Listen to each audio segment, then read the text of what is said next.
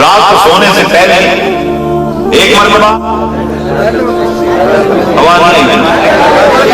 آیت کرسی اور ایک مرتبہ چاروں قل یا ایھا الکافرون قل هو اللہ احد قل اعوذ برب الفلق قل اعوذ برب الناس، چار قل ان کو پڑھو، اول آخر 3 5 مرتبہ درود شریف پڑھ لو، پڑھ لیا، اس کے بعد کیا کرو؟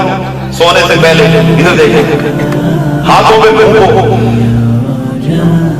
تو یہ کیا پڑھا ہاتھوں پہ صاحب؟ یہ سنت ہے، یہ بھی سنت ہے۔ میرے آقا نے فرمایا کہ فتنوں کے دور میں میری ایک مردہ سنت کو زندہ کرے گا، رب کریم خوش ہوگا، 100 شہیدوں کا ثواب عطا فرمائے گا۔ سبحان اللہ۔ درود شریف پڑھ کے ذکر کر کے